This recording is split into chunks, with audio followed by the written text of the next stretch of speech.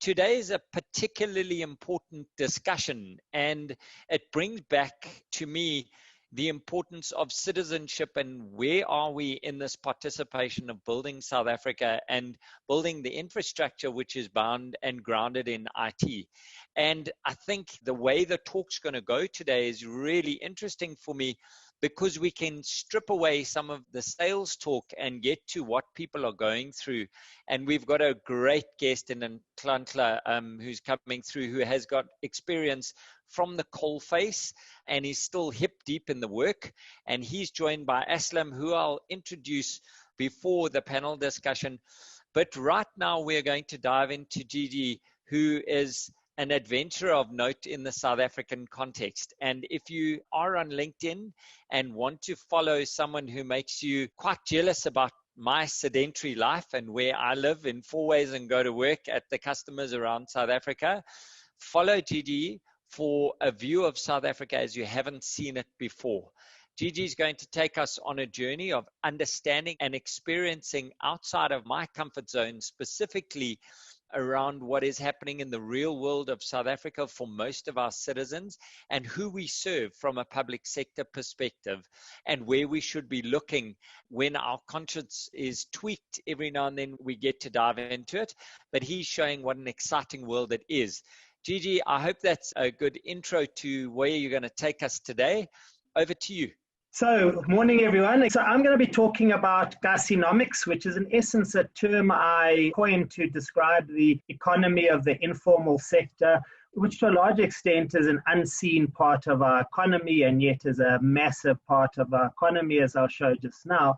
But in many ways, it's the future of the economies of Africa, and even more importantly in South Africa. And one of the books I wrote was called Gasinomic Revolution, because there is a revolution happening in the sector. And this revolution is not a low-tech or a low-income revolution. It's high-tech. It's a sector which, as I'll show you, is very vibrant, but more importantly is starting to emerge as one of the key parts of our economy. I grew up in a place called Msinga in KwaZulu-Natal. Msinga was, when I grew up, the poorest district of South Africa, and today is still that. And in fact, lots of people used to say to me, where is Msinga? And I used to struggle to say where it is. Now I tell people it's right next to Nkandla. So you now know where Msinga is. And my parents were political activists, and they believed the only way to change people's lives was to live like them. So they built a mud hut with no running water, no electricity.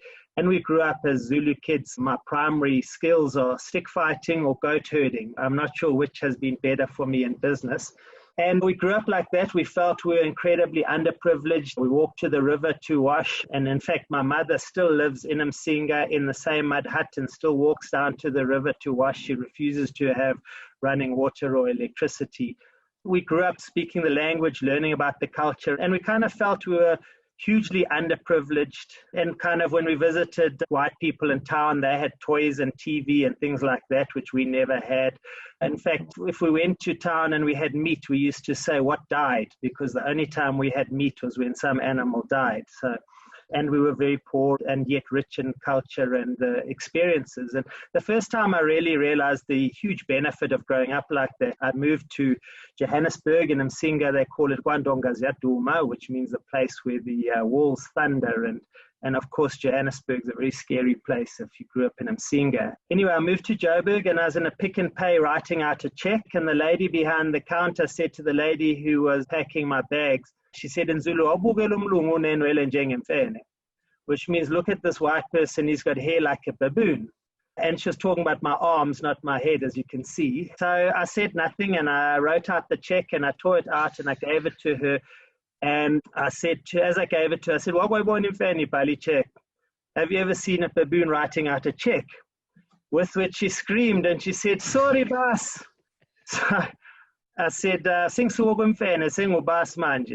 I've gone from baboon to boss, with which she fled and she stood behind this pillar saying, sorry, boss, and I thought it was, of course, very funny, and the word spread from till to till as everyone told each other the story and the whole place came to a standstill. And so the manager had to come and finish my transaction, and as I left, everyone was still laughing. And I realized the huge benefits of growing up in this space was really not about speaking the language, because many people speak different languages and many more than I'd speak. But it was really about understanding deeper things about our society, about understanding lifestyle, understanding humor, understanding sarcasm and irony. And these are the things that in essence shape our communication. And to a large extent, we don't know enough about these and interact with each other on this basis. But one of the other benefits I had about learning this was understanding that there was this massive informal sector.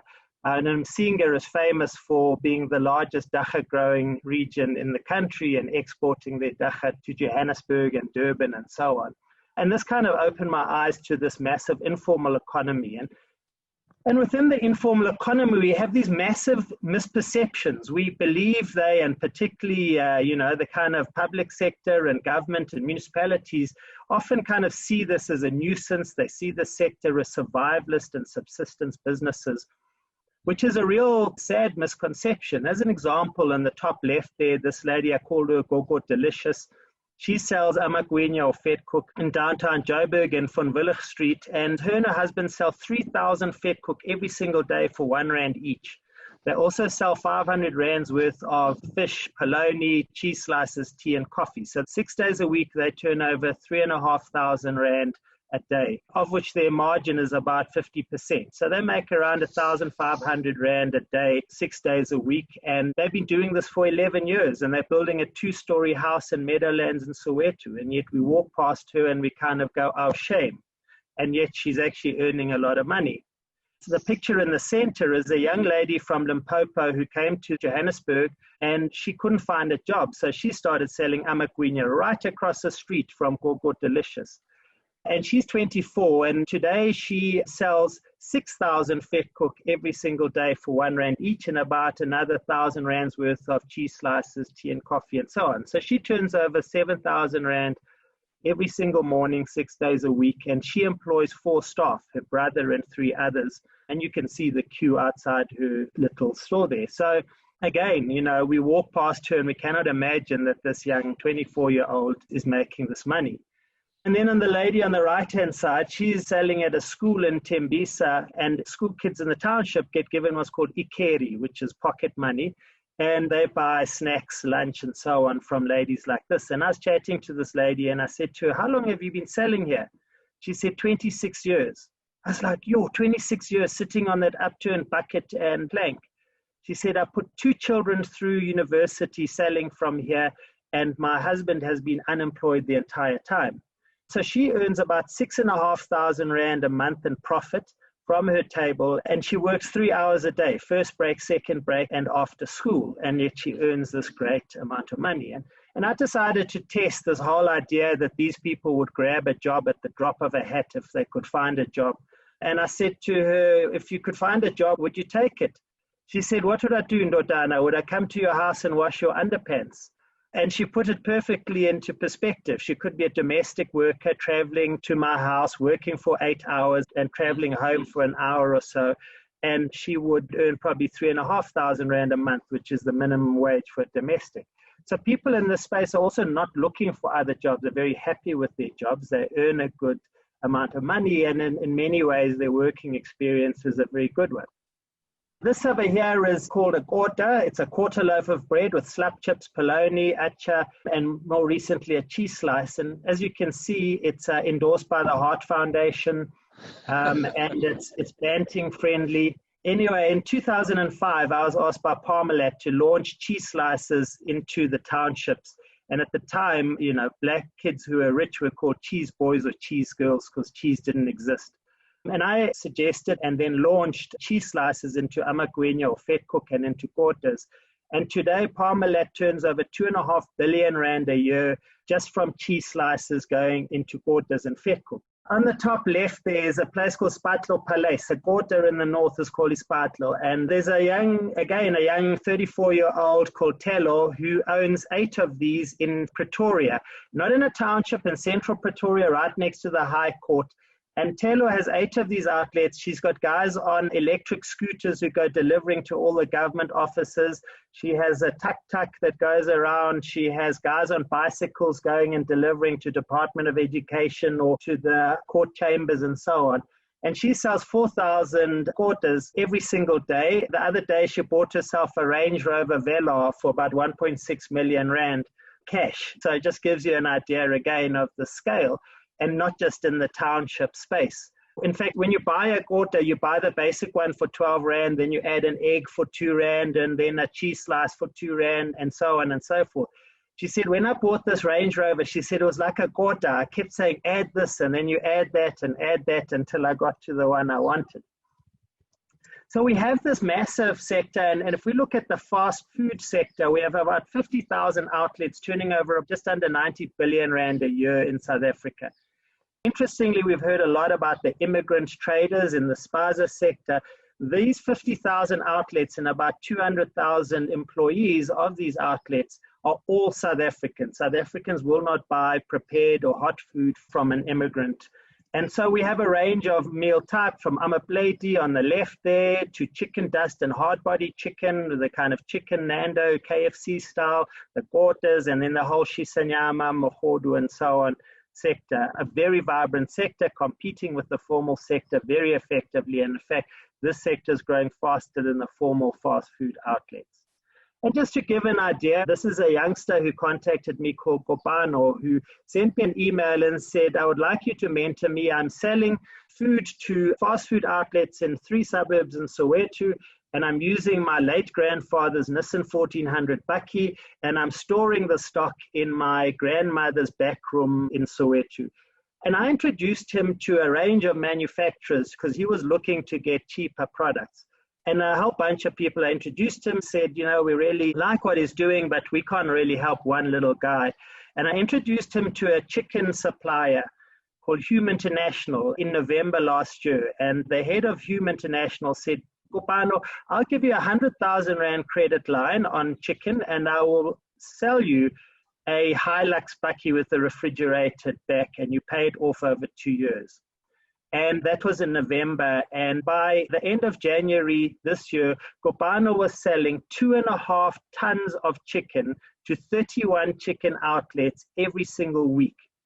And the guy from Hume International, the chicken supplier, said, Gigi, I need 999 Kopanos. Can you imagine the scale? So this is just to 31 outlets. Kopano is selling 2.5 tons of chicken, let alone all the packaging material, oil, flour, and so on. So this gives you an idea of the potential, and when you support an entrepreneur like a Kopano, how big this can potentially be. The other sector is the spaza sector, dominated by immigrants, by 4 immigrant groups, Somalis, Pakistanis, Bangladeshis, and Ethiopians. It's about 150 billion Rand sector. 85% of the sector is immigrants. It has been transformed dramatically by the arrival of the immigrants who have challenged the formal retail sector. Their primary competition has been with the ShopRites and Pick n Pays of the world. Interestingly, I mean, there's a lot of negative has often been spoken about the sector. They pay about 20 billion Rand a year in rental to South African homeowners. So this is an idea of the incomes that are also being generated because they never own the properties which they're trading from. And they've really changed the spaza from this hole in the wall into a top right there, the spazarettes, which are supermarket type outlets. And generally they're 5 to 10% cheaper or on par in pricing of the same branded items as ShopRite or Pick n Pay. So providing a great service in terms of well-priced products within walking distance of consumer homes, which has also been a benefit over the COVID time.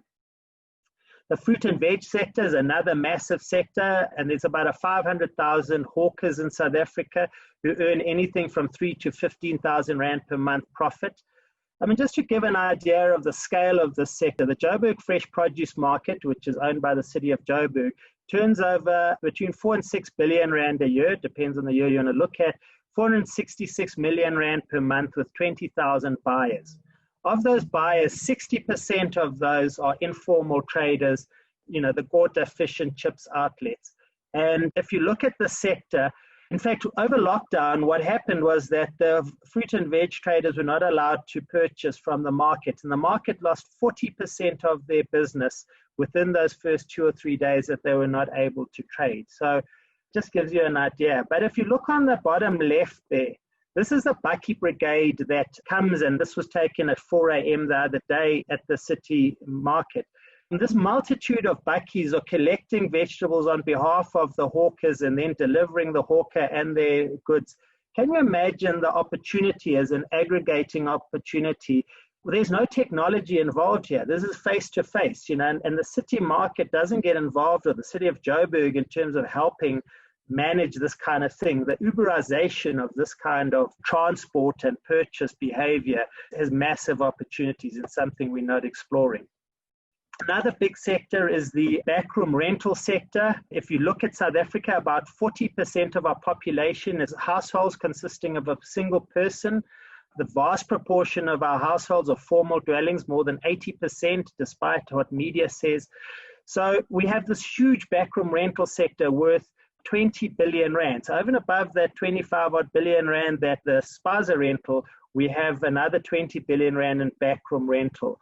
And again, how do you find backroom rental room? You walk down the road and think, "Early room and funny room," whatever it might be. Imagine again if we had an Airbnb type opportunity in terms of networking these, or where rental was paid on some form of platform that developed a risk profile so that you could then borrow money and buy your own house, or you could borrow money to build more back rooms for yourself. So we have a huge range of dynamic economic sectors: internet cafes, the tavern sector, the taxi sector is 250,000 taxis in South Africa, the hair salon sector. So I'm not going to go into all of these. I don't have the time. The catering sector. And we don't recognize how big each one of these sectors are. They're all as big as the ones that are shown. So how did they respond to lockdown? Well, the fascinating thing on the top left there is a bakery in White City in Soweto. And the minute lockdown happened, what he did is that he put his menu on Facebook and he invited people to WhatsApp him their orders and their PIN location. And he had these guys with trolleys and umbrellas who could walk up to 15 kilometers going to deliver the bread. The same happened with the fruit and veg sector, because the taxi ranks were quiet as everyone moved onto these trolleys and was walking the streets selling with a little bicycle hooter and so on. And the fast food outlets like the Shisanyamas were only allowed to do delivery, did exactly the same. You can see on the bottom right, Bafokeng put that menu on Facebook and invited people to WhatsApp their order and send a location, and they would deliver the hot Shisanyama food. So a very quick pivot to be able to adapt to technology and use technology. But the technology that is used to an extent is very much WhatsApp and Facebook, which I'll come to just now. The formal sector is very much about month end, but the interesting thing about the malls, and you can see these massive queues that happen over a month end. We have about 16 million people who queue up at malls to draw their social grants or COVID 350 Rand grant. And so we have these massive queues. But what the mall represents to a large extent is people come to the mall to update their apps and to use the free Wi-Fi in the mall. And so at month end, you update all your apps, you use the free Wi-Fi, and then, of course, you go home and you're operating within the informal sector from there. So let's just look quickly at digital. In Africa, it's very much not online and virtual. People do not trust internet. They trust WhatsApp and Facebook. I mean, it might seem crazy, but as you saw from the examples, WhatsApp is ubiquitous. Facebook is huge. And I think that the future is really going to be about WhatsApp and Facebook type technology, because data and airtime remain major limitations. And remember that also the Facebook people are using is Facebook Lite, which has a slightly different dynamic. So the real opportunities around free apps, use of free Wi-Fi, like in the malls and so on. If you look on the bottom left there, Hash Data Free is a fascinating platform. It has Moya Messenger, which is a WhatsApp type product, which is data free, but more importantly, has a range of opportunities for free data websites. On the right-hand side, there is an app called Malaysia.com, where Zimbabweans can order groceries. Instead of sending money to your family in Bulawayo, you can send them groceries and you order the groceries on this app using Q codes. It's a fascinating product. And as I said, in terms of free Wi-Fi, the picture in the center is what are called in the township bum fences. And these guys are all reaching inside to a community center that has free Wi-Fi. So they have their arms inside the fence, getting the free Wi-Fi inside there. And so I really believe the real opportunities are in providing either data-free or low data apps or reverse billings, and there's a huge amount of opportunity around there. Sure. And then also looking at WhatsApp and Facebook-based kind of e-commerce. So really in ending, define your strategy around a new world. I think to a large extent we get directed to believe what we believe around either historical data. I mean, I showed you that 40% of our population are small households, and yet we hear all the time how big township households are. That was true 20 years ago. It's changed dramatically. And we get driven by anecdotal media bias. We hear a story and we believe that transfers. So the second thing is that demographics have changed. It's about rapid urbanization. Africa is the fastest urbanizing continent. South Africa has about an 85% urbanization. It's about crowded transports, smaller households, and people on mobile apps. And then the real opportunities are about aggregating effects and opportunities. How do we use aggregating effects? And going back to the earlier question around, for instance, what governments and co can do, the first thing we have to do is we have to recognize these are businesses, because to a large extent, we walk past that gogo who's selling amagwenya or that kota outlet, and we do not see that these are real businesses, and we have to respect them as that. And the Minister of Small Business, not the current one, the previous one, was quoted as saying, we need more entrepreneurs in the township. That is absolute rubbish. We have the entrepreneurs out there. We need to recognize them and support them. We also need tech-based models which allow us to do two things. The one is this aggregating effect of using technology, for instance, to allow 1,000 hawkers or 20,000 vegetable traders to be able to aggregate their orders and get better deals. The second part about it is that how do we finance them? Most of these businesses desperately need cash flow financing or financing to grow their business, to enlarge their quarter outlet or whatever it might be. And they cannot get loans from government. They cannot get loans from any commercial or public sources because there's no track record of them. There's no geographic position stuff. And I wrote extensively about stuff done in East Africa using technology, where you can build a profile.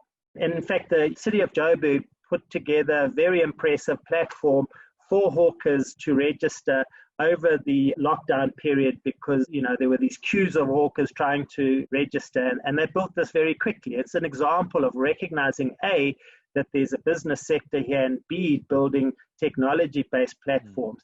People have no resistance to technology.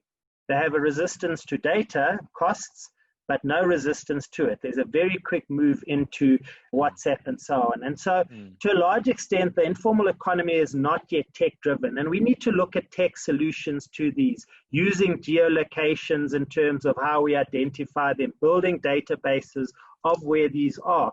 If, for instance, a municipality doesn't know how many traders there are in a certain area, then of course they're not going to plan for them. And if they don't know how important they are to that economy. So how do we build these payment and ordering systems, geolocations, databases, and so on? And I think only in that way are we really going to, A, participate in this gastronomic revolution, but more importantly, we need to stimulate this. There's a very interesting report done by the International Finance Corporation called the SMME Voice. And what they show there is that the average time that an informal business has been in business is 6 years. The mean average is 6 years. So these are not transient businesses that have been there. The second thing they show is that the vast proportion of these businesses are looking for ability to grow their businesses. And they're generally not able to do that because they have no rights to the land that they're operating on. They have no title deed for that home. So they do not invest in those businesses. And this is a big opportunity.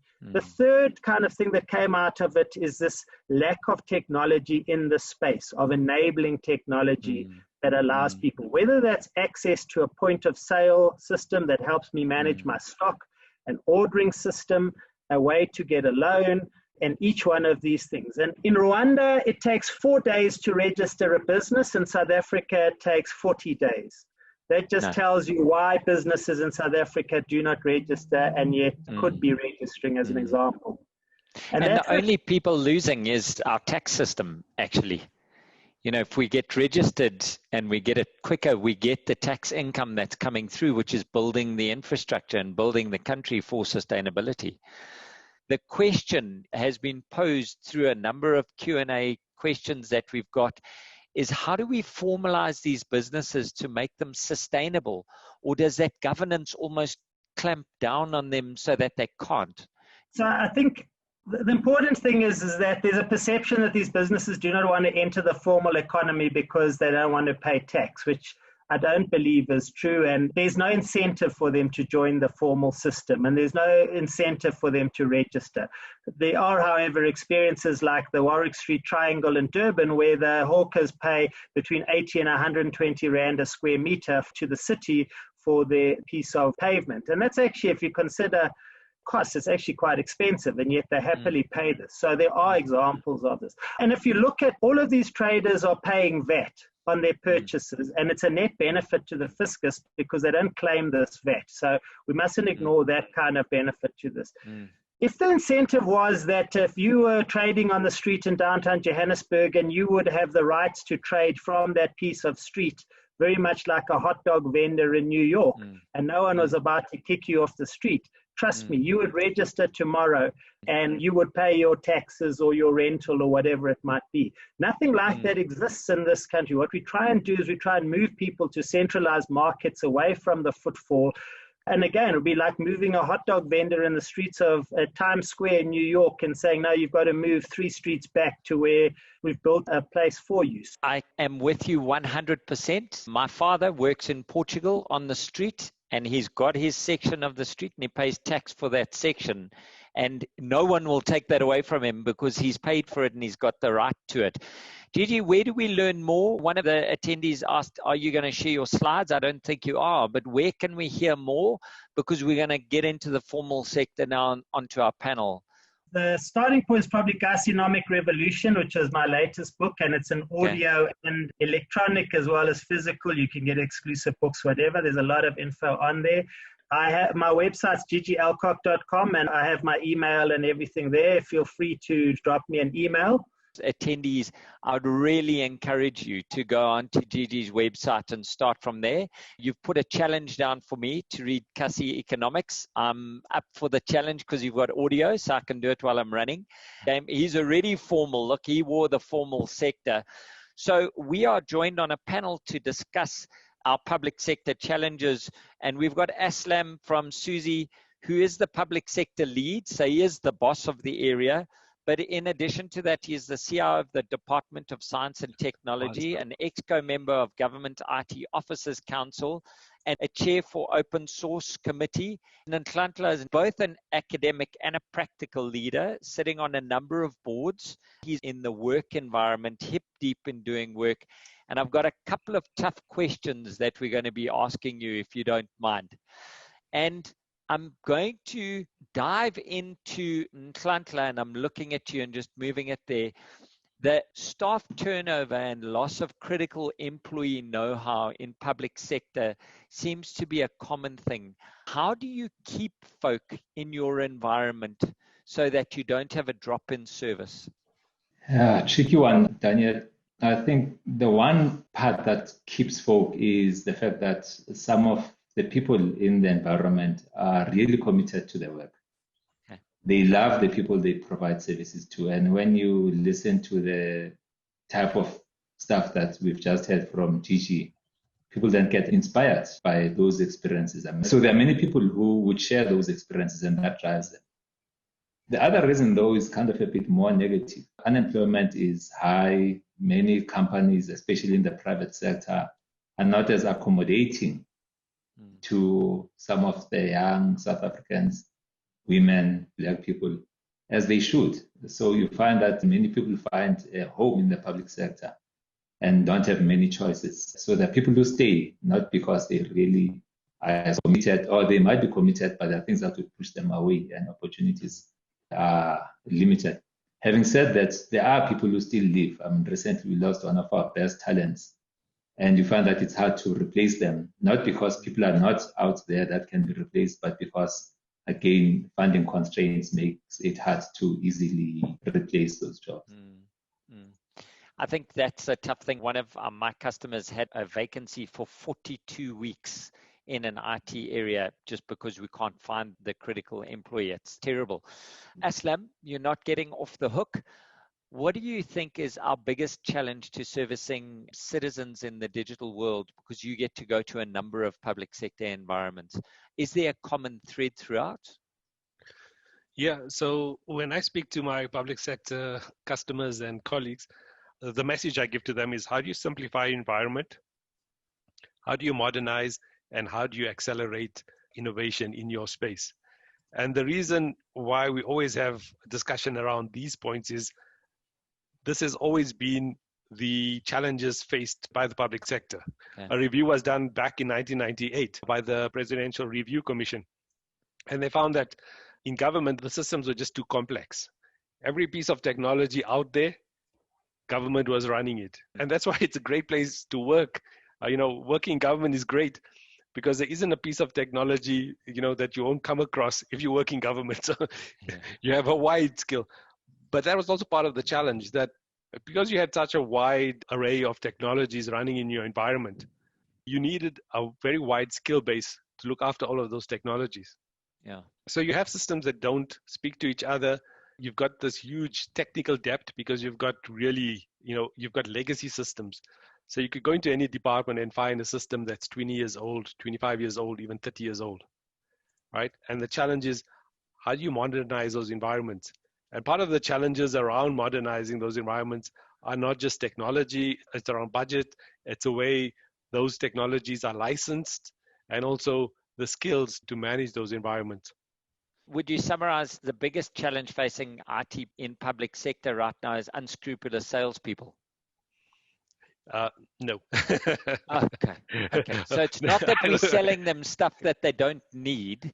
It's that there's a challenge around the fact that there's such a myriad of proprietary software out there.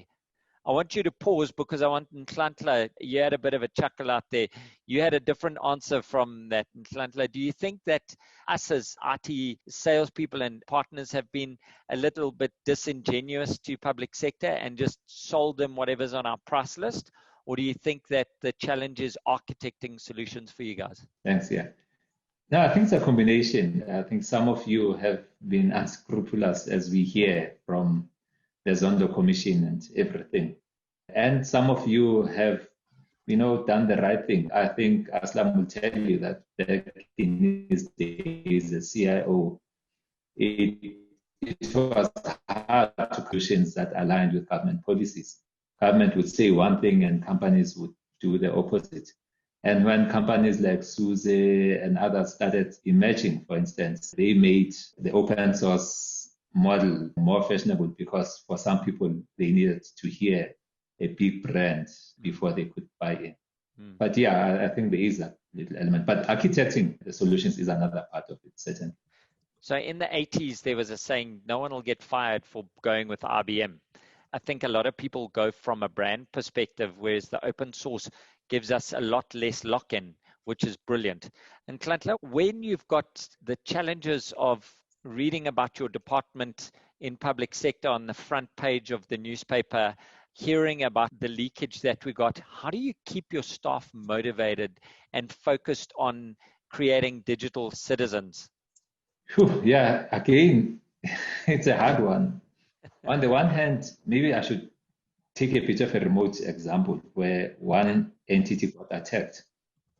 And there was a hack. And when we spoke to the team from a different organization that was working on that, their response was, but we've been telling them about this for a long time. So you find that some of these negative headlines, much as they may be demotivating, they sometimes lead to people in the lower ranks who are often ignored, finally being vindicated to say, guys, listen, if you keep doing this, these are the consequences. So maybe if you listen, these headlines will start, reducing in number. Excellent. I really like that from a citizen perspective. Aslam, again, coming back to it, what do you think is the biggest challenge that's facing IT departments at the moment? because we've got the mandate from public sector, we understand where the vision is. Is it achieving that, or is it finding the technology to do it? What do you think is the challenges that you're coming across again and again and again? Definitely skills is one area that we do find challenges. How do we get the skills uplifted in public sector? Well, you're asking an open source person here, so I'm going to go with the open source as an option. And it links very nicely with what Gigi was saying about Kasi economics. Because back in 2007, we had Cabinet adopt an open source policy. And what they wanted to know is, how does this help us build the IT industry? And they also wanted to know, will open source actually harm our current IT industry? And the answer is obviously yes, open source can be used to build the economy. And for some players who have a very closed model, it's going to harm them as well. But when it comes to skills, open source does offer a unique opportunity that you can have access to the best software in the world. And as someone who's trying to build skills, even if you're not employed, you can join an open source project and start learning. So the open source model does offer a lot of opportunity for people to get involved in IT projects, from a very entry level all the way up. Recently we had a South African that's now part of a very big project, the Debian project, and he's now a contributor on the Debian project. So we're seeing that throughout we're able to participate and get involved in some of the best software projects in the world. And that's an area where we need to probably spend more effort and get more people involved in. So maybe Untitled philosophy of training staff up needs to be one of them that's embraced by public sector. Public sector in my humble opinion, had to do a couple of things. Provide infrastructure for us to work, provide safety that we can sleep at night, and create an environment for making people better at what they do. So their citizen development. And maybe there's a question, which is the high turnover rate in public sector. Is it worth it to train my staff with upgrading my solutions, or is it better to go for solutions that don't need much management? But maybe the angle is, actually, in Klantler, your job is to create people for the private sector, for entrepreneurship, and you're a training station as well as a public sector environment. Any comment on that? Yes, absolutely. So I think you've summed up, but I think there's another thing that may help me answer by saying that, and somewhat in disagreement slightly with Aslam, in that there are skills. And I think what Gigi was saying earlier about being located in the right places, so where he grew up, the types of insights that you develop just based on who you were. So some years ago, when Aslam was, I think, involved in this as well, we started arguing that many of these state entities should be based in the townships, in the rural areas. What then happens is the skills will find you if you are there, as opposed to you having to try and go and find the skills. And therefore, it partly then answers this question, whether you should worry about upskilling or not. My argument is that many of the people with skills are sitting out there, but have been left out of the system. Data costs and physical access and not being connected maybe to areas of information about new opportunities leads to people being left out. But if organizations like SUSE, imagine if some of your offices were not in 4 ways, but in MC, imagine how to come out of that. Yeah, there was those mobile coding schools that were up and about and teaching people from vans, and I'm not sure where that's gone. I'm hoping that's going on, because when you go to the Eastern Cape and you see people farming like it's the 15th century, we should all hang our heads. We should really all hang our heads. Carl Joubert made a comment, which is not enough open source development is taking place. How do we bring open source into the DTRC's Digital Hubs program, Aslam? So I think this links back to what Ntlantla was saying, that we really have an opportunity of innovation without permission. You don't have to ask for permission. There's no barrier. Part of the challenge around why do we have so much legacy in government is that Achilles heel of procurement. So yes, Ntlantla alluded to some unscrupulous salesmen, but even, procurement has been an Achilles heel for government departments. It's how do they get the best solution in place? So often some departments have had this strategy that you touched on, which is we only buy best of suite. So we go green from the hardware all the way up to the software. Everything is green or everything is red. And, we buy the best of that suite. Then, I've had CIOs tell me that, they only buy best of breed technologies. But that means also that they're then investing in a silo. So one of our ministers famously said, you need to connect the dots. And for me, it's really about what allows us to connect the platforms, the infrastructure, the technology. How do we make sure that systems speak to each other? How do we make sure that there aren't these issues around interoperability, that we're not building the silos that we did in the past? So if you look at a lot of government infrastructure, we build silos. We have systems that can't speak to each other. So, there was a strategy in 2005 around an integrated financial management system so that we can have systems that can actually speak to each other and, add efficiency to government. But coming back to the question, I think the challenge is really that we don't need permission to do a lot of this innovation. And Nhlanhla is saying that, the skills are there. They just need to be given the opportunity. So one of the challenges that Gigi raised up is just access to the digital space. How do we make sure that we're building an inclusive digital society, that everyone has access to it? Because right now, what seems to be an unfair advantage to the places we live in is that fiber and broadband access is much easier and much cheaper available to us.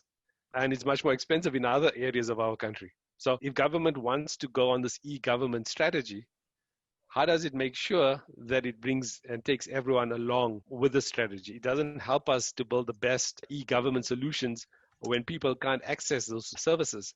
Is that not half of our problem on the innovation side, is that we want to be all inclusive? I mean, should we not have a digital citizenship in Sandton that can happen rapidly and we get that return and then we roll out to the areas? Or do we have to wait in order to make it happen in Sandton until we've got fiber to the Eastern Cape? It's hard to say where to. Well, actually, I think it's easy. So you're saying start in Sandton and then roll out elsewhere? No, I'm just saying start with, we don't have to wait for the whole program to be in place. Start with what we can start with, innovate with where we can innovate. Stop, we have meetings about meetings. And I think sometimes this world-class objective, which was in the public sector mandate, is held back because we've got to have a world-class committee to get a world-class agreement on a world-class something, and we never do anything. And I'm being very facetious here, but no, I absolutely agree. So start where we can.